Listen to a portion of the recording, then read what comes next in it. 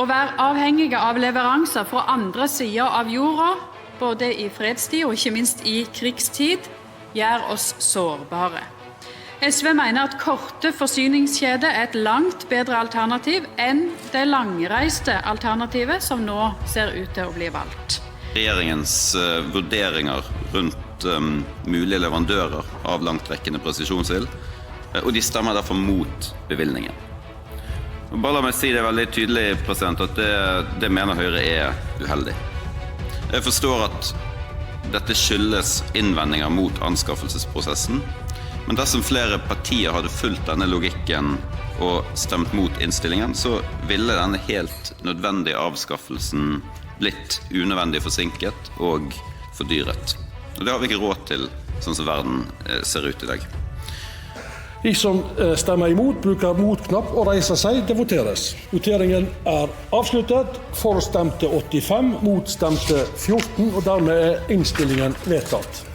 지난달 노르웨이에 수출된 K39 천무가 오딘 해창 북리르라는 이름을 달고 전 세계의 주목을 받고 있습니다. 총 16대 1조 4천억 원 규모의 이번 계약은 13조 원대에 달하는 폴란드 수출건에 비해 평범해 보일 수 있는데요. 하지만 이 계약 이면에는 전문가들조차 예상하지 못한 놀라운 반전이 숨겨져 있었습니다. 외신과 군사 전문가들이 노르웨이마저 이런 선택을 할 줄 몰랐다며 깜짝 놀란 이유, 그리고 이제 천무가 유럽을 넘어 서방권 다연장 로켓의 표준으로 거듭나고 있는 그 반전을 빠르게 한번 살펴보겠습니다. Let's get it. 노르웨이는 콩스버그와 나무와 같은 거대 방산 기업을 보유한 명실상부 세계적인 미사일 및 로켓 제조 강국입니다. 사거리 300km를 자랑하는 NSM 미사일은 미 해군조차 차세대 표준으로 채택할 만큼 독보적이며 남모의 155mm 사거리 연장탄은 나토에서 줄을 서서 사갈 정도로 압도적인 기술력을 자랑하는데요. 그런 자부심 높은 방산 강국 노르웨이가 최근 자국의 포병 체계를 한국산으로 완전히 채워넣고 있습니다. 2017년부터 도입하기 시작한 K9 자주포는 어느덧 52문에 달하며 이제는 장거리 화력의 핵심인 K39 천무까지 전격 구입하였죠. 자체 기술력이 충분한 노르웨이 입장에선 자존심이 상할 법도 한 결정이지만 그만큼 한국산 포병체계의 성능과 신뢰성이 거부할 수 없을 정도로 압도적이었다는 반증이기도 합니다. 사실 노르웨이가 지구 반대편에 있는 한국을 선택한 것은 노르웨이뿐만 아니라 나토 전체에도 엄청난 사건입니다. 노르웨이는 1949년 나토 창설을 함께한 12개국 창설 멤버 중 하나로 오랜 기간 중립을 지켰던 핀란드나 스웨덴과 달리 북유럽 국가 중 가장 먼저 서방 군사 동맹의 핵심 역할을 수행해온 전통적인 나토의 리더국인데요. 특히 노르웨이는 나토 국가 중 당시 소련과 직접 국경을 맞댄 유일한 국가이기도 했습니다. 러시아의 핵잠수함과 해군 전력이 집중된 콜라반도 바로 옆에 위치하여 러시아군의 움직임을 가장 먼저 포착하는 감시초소 역할을 담당해왔죠. 게다가 10년 넘게 나토를 이끌어왔던 옌스 스톨텐베르크 사무총장이 바로 노르웨이 총리 출신으로 이런 상징적인 국가가 미국, 독일, 프랑스, 영국과 같은 기존 동맹 방산 강국의 무기가 아닌 한국 무기를 선택했다는 점은 매우 이례적인 반응을 불러일으킬 수밖에 없었죠. 노르웨이가 천무를 선택한 결정적인 이유는 바로 CTM-X라는 미사일 때문입니다. 이번 노르웨이 계약에서 가장 주목해야 할 핵심이 바로 사거리 500km에 달하는 CTM-X이며 노르웨이 공영 매체 등을 통해 이 미사일 도입이 공식 확인되어 이로써 노르웨이는 CTM-X의 첫 번째 수출국이 되었고 사실상 이 무기가 있었기에 천무의 수출이 성사되었다고 해도 과언이 아니죠. 천무의 차세대 라인업 중 가장 파격적인 전력을 자랑하는 CTM-X는 단순한 사거리 연장탄을 넘어 전술 지대지 유도무기 KT짐 계열 기술의 정점에 서 있는 모델인데요. 기존 CTM-290 플랫폼을 기반으로 에너지 효율과 공역학적 설계를 극대화한 초장거리 전술탄도 미사일로 직경 600mm의 크기를 자랑하며 천무 발사대 한 포드당 한 발씩 총 2발이 탑재됩니다. GPS-INS를 통해 9m 이내에 오차라는 경이로운 정밀도를 구현했는데 가장 놀라운 점은 탄두 무게는 오히려 CTM-290보다 80% 수준으로 줄이면서 성능은 극대화했다는 것인데요. 탄두 무게가 줄며 파괴력도 줄어들까 우려할 수 있지만 현대전에서는 정밀도가 위력을 압도하고 낙하 속도가 훨씬 빠르기 때문에 운동에너지 공식에 따라 속도의 제곱비례 효과로 관통력 및 파괴력은 더 커지게 됩니다. 게다가 탄두 무게를 줄여 확보한 공간과 굵어진 직경 덕분에 내부 부피는 1.5배 이상 증가했는데 이곳을 고에너지 고체 추진제로 가득 채웠죠. 즉 더 가벼운 차체에 훨씬 더 큰 연료 탱크를 장착한 격입니다. 이에 경이적인 속도를 낼 수 있게 되었는데요. 종말 돌입 단계에서 마 7 이상의 속도로 낙하하며 사실상 극초음속 영역에 진입하게 됩니다. 여기에 더해 하강하던 미사일이 지표면 근처에서 위에서 기술을 들어 수평 비행을 하거나 고도를 높이는 풀업 기동을 수행하는데 일반적인 탄도미사일의 포물선 궤적을 계산해 요격을 수행하는 패트리어트 S-300 같은 기존 방공체계로는 요격이 거의 불가능하게 되죠. 마하칠로 돌입하는 물체가 변칙 기동을 하면 지상 레이더의 데이터 처리 속도보다 미사일의 위치 변화가 더 빠르기 때문입니다. 특히 요격 미사일이 표적을 맞추려면 표적보다 최소 3에서 5배 이상의 기동성을 가져야 하는데 CTM-X가 10G의 힘으로 회피 기동을 하면 요격탄은 30G에서 50G라는 불가능에 가까운 급 회피를 해야 하기에 사실상 물리적으로 불가능에 가깝습니다. 이토록 강력한 CTM-X를 보유한 천무이지만 사실 노르웨이 도입 과정이 순탄했던 것만은 아닌데요. 막판까지 수주가 물거품될 수도 있는 치열한 상황이 이어져 왔습니다. 그 긴박함은 노르웨이 국회 기록을 통해 고스란히 드러나는데 지난 1월 16일 노르웨이 국방 외교 상임위원회에서 약 190억 크론의 규모의 장거리 화력체계 도입 예산안이 가결되면서 시작되었습니다. 문제는 예산은 통과됐는데 과연 어디서 무기를 사오느냐 였던 것인데요. 당시 후보는 미국 로키드 마틴의 하이마스, 독일 KNDS의 마스3, 그리고 한국 하나의 K239 천무로 압축되었습니다. 그리고 결전의 날 1월 27일 노르웨이 국회 본회의에서 한국 천무 조달 계획이 최종 비준되며 확정되었죠. 그동안 꾸준히 천무 도입을 반대해온 SV, 중앙당, 기독교 민주당 등 친유럽 성향의 정당들은 본회의 직전까지 수정안을 제시하며 강력히 저항했는데요. 특히 SV는 왜 굳이 지구 반대편 한국 무기냐며 나토와의 관계를 고려해 독일산을 채택해야 한다고 콕 집어 압박했죠. 마치 과거 정치적 선택으로 인해 고배를 마셨던 K2 전차의 악몽이 재현되는 듯한 순간이었습니다. 그렇게 수정안까지 제출되면서 두 번에 걸쳐 진행된 투표, 놀랍게도 결과는 천무의 압승이었습니다. 반대측 수정안은 단 14표에 그친 반면 노동당과 보수당 등 주류 정당들이 포함된 찬성 측은 87표라는 압도적인 지지를 보낸 것인데요. 노르웨이 정부와 다수파의 판단은 명확했습니다. 장거리 정밀 타격의 최적의 법은 한국이며 한국은 이미 수십 년간 이런 미사일을 생산해온 검증된 국가라는 것인데요. 정부 관계자들은 유럽이 단기간에 한국 수준의 품질을 따라올 기회는 없으며 이번에 부결되었다면 안보 공백이 심각했을 것이라며 기쁨과 안도의 한숨을 내쉬었습니다. 그 치열했던 현장을 함께 보시죠. Det er en spesiell tid vi lever i.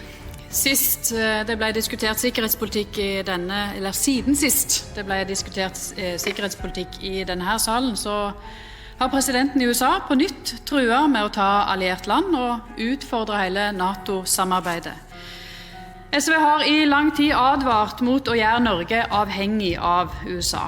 Vi har lenge pekt på behovet for sterkere samarbeid med Norden og europeiske land som i større grad deler våre interesser. Innkjøp av ytterligere 2 tyske ubåter styrker det strategiske samarbeidet med Tyskland. Tysk og norsk industri utvikler sammen det kampsystemet som utgjør det sentrale styringssystemet i ubåtene og integrerer alle sensorer, våpensystem og navigasjon. Leveransen utgjør en betydelig del av den samlede kontraktsverdien. Dette samarbeidet styrker det norsk-tyske samarbeidet og skaper arbeidsplasser i Norge. Når det gjelder langtrekkende presisjonsild, mener SV at de samme overordnede sikkerhetspolitiske og strategiske vurderingene må gjelde også her. Produksjon i Norge eller i et land nær oss vil i tillegg være god beredskap og god industripolitikk. Å være avhengige av leveranser fra andre sider av jorda, både i fredstid og ikke minst i krigstid, gjør oss sårbare. SV mener at korte forsyningskjeder er et langt bedre alternativ enn det langreiste alternativet som nå ser ut til å bli valgt. Når vi nå står overfor en investering som vil prege hæren i flere tiår, i Senterpartiet at det tysk-norske Mars 3-systemet vurderes fullt ut. Regjeringen har ikke klart å berolige oss i Senterpartiet om at alle sider ved det sørkoreanske alternativet er godt nok vurdert, og er det beste valget for fremtiden. Derfor ber vi regjeringen om å ta en runde til. President, Senterpartiet er opptatt av at vi må ta kloke og langsiktige valg når vi investerer i Forsvaret. Derfor bør vi vurdere norsk-europeiske alternativer grundig før vi tar en endelig beslutning. Dette er politikk. Dersom vi nå allerede velger bort Mars 3-systemet, vil vi gjøre vår egen våpenprodusent Kongsberg en bjørnetjeneste. Jeg registrerer at flere er særdeles utålmodige og ikke har tid til å vente med milliardkjøp av missiler. Senterpartiet mener vi må stoppe opp, tenke oss om. Det tysk-norske alternativet Mars 3 fantes ikke da Forsvaret startet prosessen. Anbudsprosessen har blitt innhentet av utviklingen, Og vi må vurdere en løsning som fanger opp de siste årenes teknologiske endringer. Våre forsvarsbedrifter i verdenseliten på missilteknologi, spesielt gjennom Kongsberg-systemene, NSM og JSM. Det vil være særdeles oppsiktsvekkende dersom vi ikke kobler vår ledende rolle på missilteknologi med anskaffelse av langtrekkende presisjonsild. Et samarbeid med Tyskland om nye lynraske missiler vil være mer fremtidsrettet enn å kjøpe eldre systemer fra andre land. Alle i Norge ønsker å leve i fred. Men om noen angriper oss eller våre allierte, så skal vi slå knallhardt tilbake. Derfor det helt avgjørende at vi nå anskaffer langtrekkende presisjonsild med flere 100 kilometers rekkevidde og ytterligere 2 nye ubåter, som altså gir 6 ubåter totalt. Langtrekkende presisjonsild vil gi en helt tydelig avskrekkende effekt. Dette jo våpen som kan nå langt inn bak fiendens linjer, treffe kommandoplasser, baser, materiell, kritisk infrastruktur, forsyningslinjer, troppeansamlinger og så videre. Og i en moderne krig så dette helt avgjørende. Man kan bare se til Ukraina, som fikk denne type våpen introdusert sommeren 2022, og hvordan det endret krigens gang og stoppet russernes momentum i deres invasjon. Når det gjelder ubåter, så vil økningen fra 4 til 6 gjøre at Sjøforsvaret kan operere flere ubåter samtidig og til enhver tid. Og det vil være en markant forbedring av vår evne til avskrekking, overvåkning og suverenitetshevdelse. Ingen fiende skal kunne være trygg på å bevege seg inn i våre havområder. Så det jo sånn i Norge at vi heldigvis finner sammen i de store og viktige spørsmålene. Og langtidsplanen jo ofte hevet frem som et godt og viktig bevis på dette. Og den evnen til å samarbeide, den veldig viktig og en av våre nasjonale styrker. Den kommer fra en grunnleggende politisk tillit som vi har til hverandre, og den skal vi aldri ta for gitt. Prosessen bak innstillingen vi behandler i dag gir kanskje en bitteliten grunn til bekymring rundt nettopp dette. Vi ser at flere partier setter spørsmålstegn ved regjeringens vurderinger rundt mulige leverandører av langtrekkende presisjonsild, og de stemmer derfor mot bevilgningen. Og bare la meg si det veldig tydelig, at det mener Høyre uheldig. Jeg forstår at dette skyldes innvendinger mot anskaffelsesprosessen, men dersom flere partier hadde fulgt denne logikken og stemt mot innstillingen, så ville denne helt nødvendige avskaffelsen blitt unødvendig forsinket og fordyret. Og det har vi ikke råd til, sånn som verden ser ut i dag. Så Høyre veldig klar på at det Stortingets rolle det ikke Stortingets rolle å velge leverandører av ulike forsvarssystemer. Og man bør heller ikke bruke saker som dette til å indirekte intervenere i de anskaffelsesprosessene. Vårt ansvar enkelt og greit å vedta en struktur og vedta budsjettrammene for den strukturen. Så vet vi at ansvaret for en korrekt og opplyst anskaffelse med riktig informasjonsflyt til Stortinget, den ligger tindrende klart på regjeringen.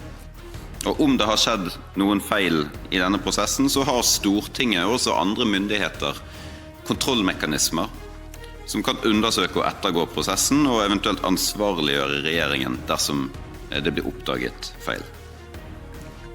Men spørsmålet om anskaffelsen bør altså holdes separat fra spørsmålet om struktur og budsjettrammer. Til tross for det så får innstillingen et solid flertall, heldigvis, og med dette vedtaket så får Norge et markant sterkere. Summen på nesten 120 milliarder kroner enorm, men vi vet alle smertelig og inderlig godt at alternativet, passivitet, fort blir dyrere. Sak 6. Innstilling 86 S 2025-2026, jf. proposisjon 29 S 2025-2026. Innstilling fra utenriks- og forsvarskomiteen om anskaffelse av ytterligere ubåter og langtrekkende presisjonsild. Til denne saken det satt fram i alt ett forslag. Det forslag nummer 1, fra Ingrid Fiskaa på vegne av SV, Senterpartiet og Kristelig Folkeparti. Forslag nummer 1 på vegne av SV, Senterpartiet og Kristelig Folkeparti er opptatt. De som stemmer for forslaget bruker for-knapp og sitter. De som stemmer imot bruker mot-knapp og reiser seg. Det voteres. Voteringen er avsluttet. For stemte 14 og mot stemte 87. Dermed er forslaget forkastet. Innstillingen refereres. Romertall 1, punkt 1 er opptatt. SV, Senterpartiet og KrF har varslet at de vil stemme imot. De som stemmer for innstillingen bruker for-knapp og sitter. De som stemmer imot bruker mot-knapp og reiser seg. Det voteres. Voteringen er avsluttet. For stemte 85, mot stemte 14, og dermed er innstillingen vedtatt.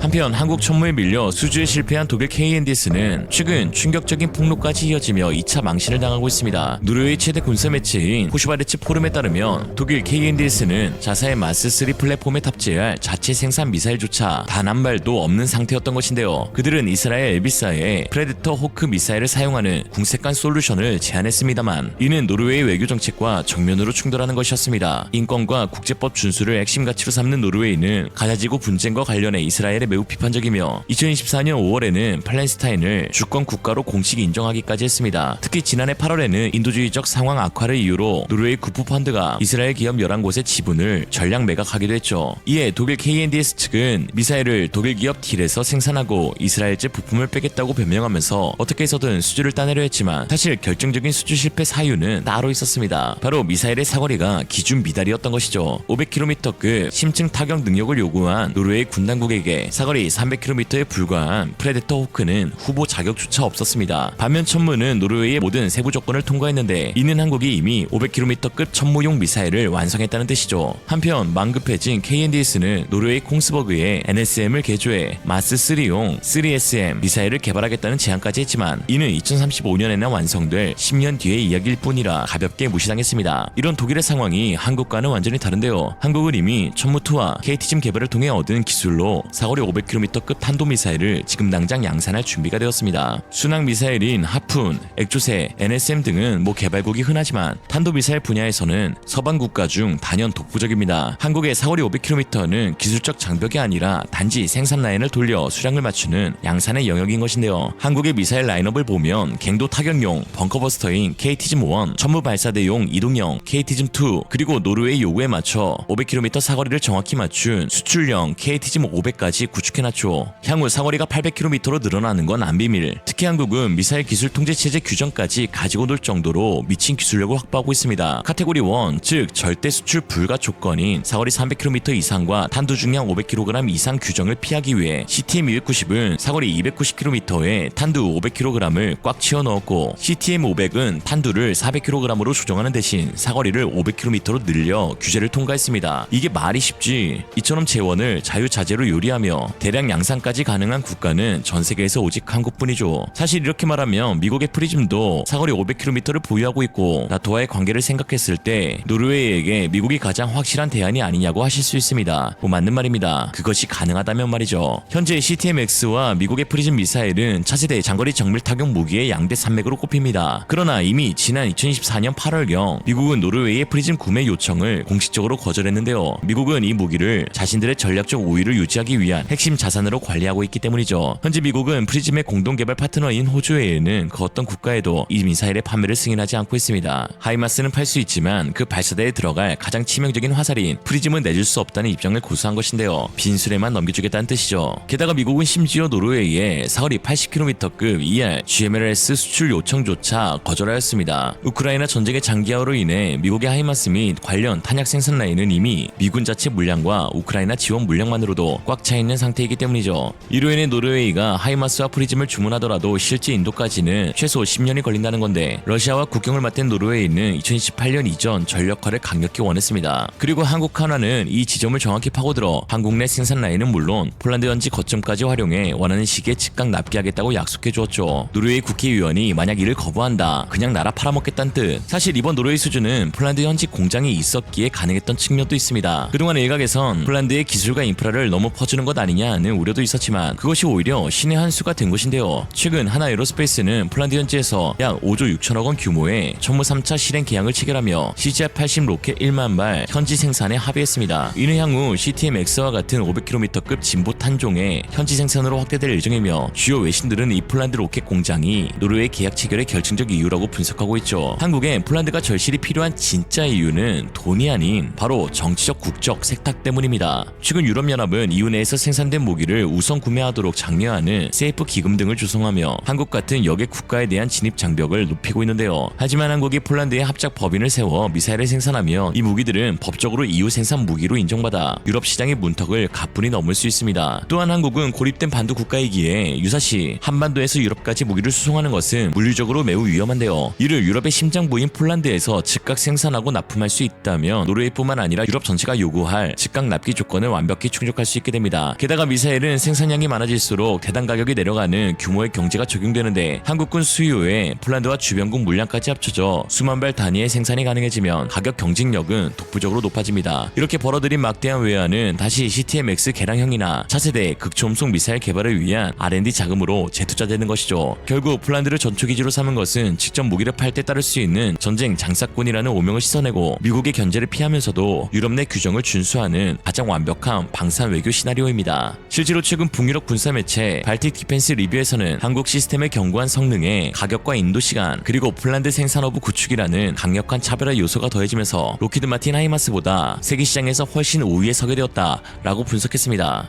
On Tuesday, January 27th, Norway's parliament approved a roughly €1.7 billion procurement plan for long-range artillery to boost the country's defensive capabilities and to further deter Russia in the Arctic. This was followed up with a signing ceremony in Oslo on January 30th. Speaking about the decision to go with the South Korean option, NDMA Director General Gro Yare stated, "Based on the bids we received, our assessment is that Hanwha's Chunmoo system provides the Norwegian armed forces with the best combination of performance, cost, and ability to deliver. We greatly appreciate the transparency, competence, and professionalism Hanwha Aerospace has demonstrated throughout this process." Elaborating on the statement, it said that the South Korean system met all requirements set by Norway for the ground-based artillery, including the ability to fire at a range of up to 500 kilometers or 310 miles. The K239 also was said to offer the quickest delivery time, something that seems to matter more and more in the current geopolitical environment. The Chunmoo was simply the better option regardless of politics.